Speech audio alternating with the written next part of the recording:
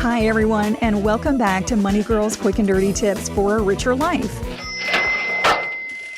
I'm Laura Adams. Before we get started, I want to recommend Steve Robbins' new book, Get It Done, Guys, 9 Steps to Work Less and Do More. It's a great read for anyone who's feeling overworked and overwhelmed.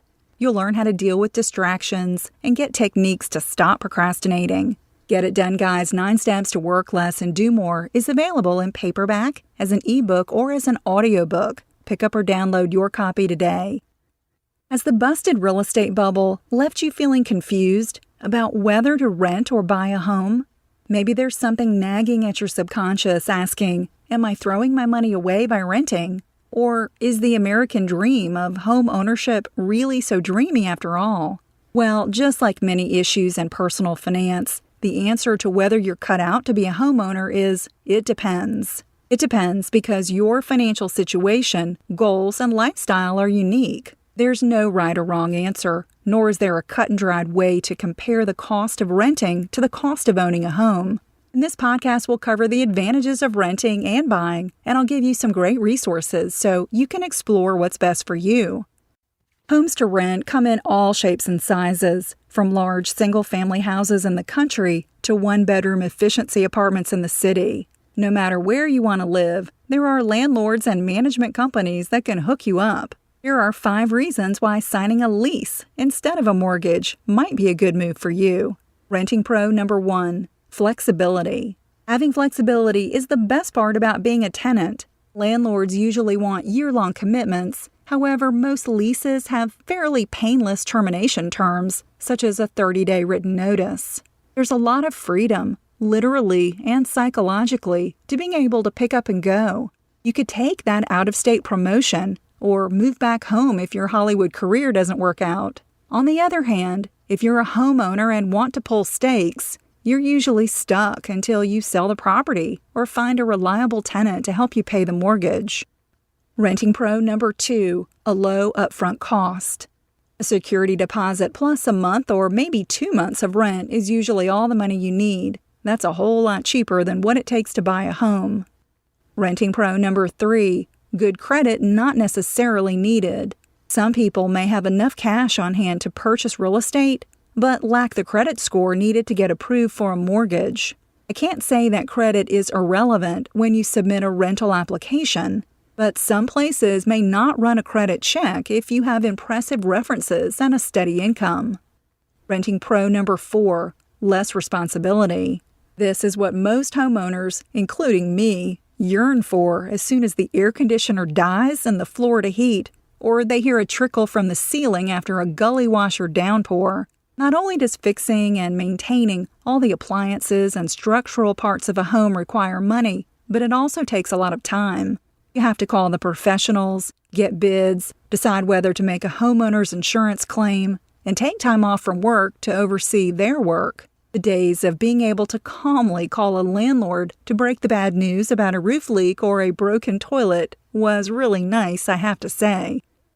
Renting pro number 5, amenities. Not only do you have fewer maintenance and repair hassles as a renter, but some apartments offer additional services to make your life easier. Some communities have on-site restaurants, a salon, or a dry cleaner, for instance, just outside your front door. It's also not uncommon to have amenities like a clubhouse, pool, gym, theater, or a bowling alley. If you use these types of amenities regularly, think about what you'd have to pay for them if you didn't rent. The challenge in doing an apples-to-apples comparison of the cost of homeownership and renting is that owning has some hidden long-term costs and benefits, and they can vary from year to year.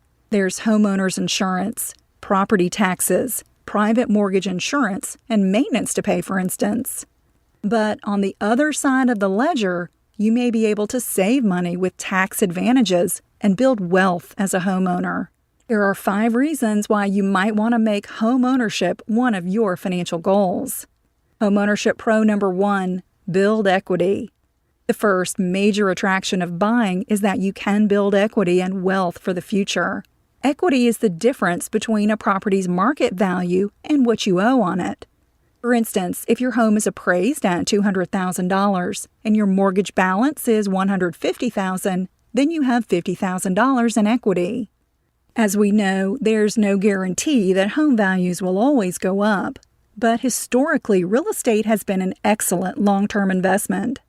Additionally, if you have a fixed-rate mortgage, an increasing portion of each monthly payment goes toward reducing your mortgage balance, which helps build equity, whereas rent payments are nothing but a pure out-of-pocket expense. Owning real estate gives you the opportunity to build wealth from price appreciation, by paying down your mortgage, or from both. Homeownership Pro number 2, tax incentives. To make homeownership even more attractive and affordable, the government gives you several incentives, such as the mortgage interest tax deduction and the capital gains tax exclusion, which lower the total amount of tax you have to pay. Homeownership Pro number 3, low mortgage rates. An advantage to owning a home right now is that mortgage interest rates are at historic lows, and that saves you a bundle.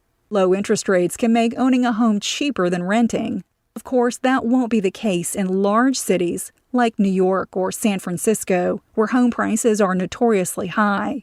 Take a look at the index at Trulia.com to find out whether you're better off renting or buying in certain cities. Homeownership Pro number 4, inflation hedge. Another advantage of having a fixed-rate mortgage is that you lock in the cost of your home for the term of your loan, such as 15 or 30 years. Rents may increase during periods of inflation, but a fixed mortgage can't go up. That can make owning a home much more affordable when prices rise. Homeownership Pro number 5, ownership pride. The last pro of owning a home is certainly the pride you may feel about having your own patch of land and space to spread out. The sky's the limit if you want to decorate, remodel, plant a giant pumpkin patch, or raise emus, adhering to local zoning ordinances, of course. There are some good calculators that can help you with the rent versus buy dilemma at sites like Bankrate.com, Dinkytown.com, and Nolo.com. But I'll warn you, none of these calculators are perfect. You have to input key information, like how much a property will appreciate, how much you'll spend on maintenance, and the inflation rate, for instance, which you can estimate, but are virtually impossible to know. As usual, I have some final quick and dirty tips. First is that you should never buy a home unless you're certain that you'll stay there for at least 5 years.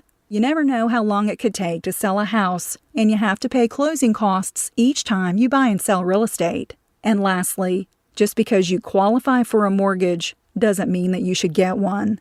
It's a big commitment that has to fit in with all your other financial goals, such as putting enough aside for retirement and paying down your existing debt. If renting will save you money so you can accomplish your financial objectives, then that may be the way to go. But if buying a home has more advantages and you're willing to put down some roots, then I'd encourage you to make owning an affordable home one of your goals.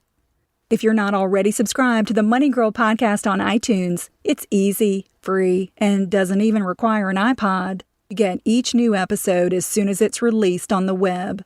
You can also get updates about new shows and more money tips on the Money Girl Facebook page. As always, email your questions or comments to me at money@quickanddirtytips.com. Don't forget, GoToMeeting.com, promo code podcast for your free 45-day trial. I'm glad you're listening. Cha-ching!